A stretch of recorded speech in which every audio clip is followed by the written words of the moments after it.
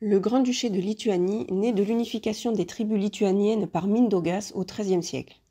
Il s'agissait alors notamment de combattre le puissant ordre des chevaliers teutoniques venant de l'Ouest et dont la vocation était la christianisation des terres et des tribus païennes. Au cours de la seconde moitié du XIVe siècle et de la première moitié du XVe siècle, le duché profitera de l'affaiblissement de deux entités concurrentes, la Galicie-Volhynie d'une part et la Horde d'Or des Mongols d'autre part, pour étendre son emprise sur un immense territoire. Ainsi, 1362 est une date importante de l'histoire ukrainienne. Cette année-là voit la victoire quasi mythique des Lituaniens menée par le grand-duc Algirdas contre trois tribus de la Horde d'Or à Signévodie, la bataille des Eaux Bleues. Elle eut lieu en Podolie, à l'ouest de l'Ukraine actuelle. Avec cette victoire, le grand-duché prend le contrôle de la principauté de Kiev et oblige les Tatars à se retirer vers le sud et la Crimée.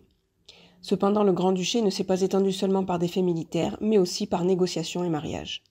Malgré toute l'habileté politique et militaire du grand-duc Algirdas, le grand-duché connaît des revers, comme ses deux tentatives ratées de prendre Moscou, ou la perte au profit du royaume de Pologne de territoires rutènes dont la Podolie et une partie de la Volhynie, ce qui n'empêchera pas les deux royaumes de s'allier en 1387 avec la signature de l'union de Crévaux.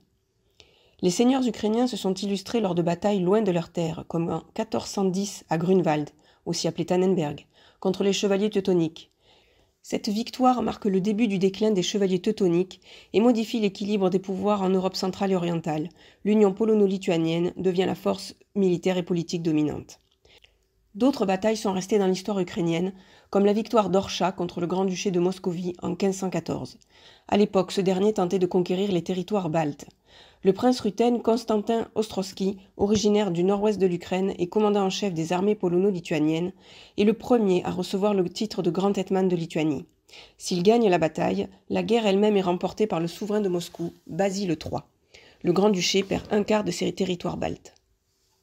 Dans ce contexte de tensions quasi permanentes avec leurs voisins prusses et moscovites, le royaume de Pologne et le grand-duché de Lituanie donnent naissance, lors de la signature de l'union de Lublin en 1569, à la République des deux nations, devenant l'entité politique dominante de la région.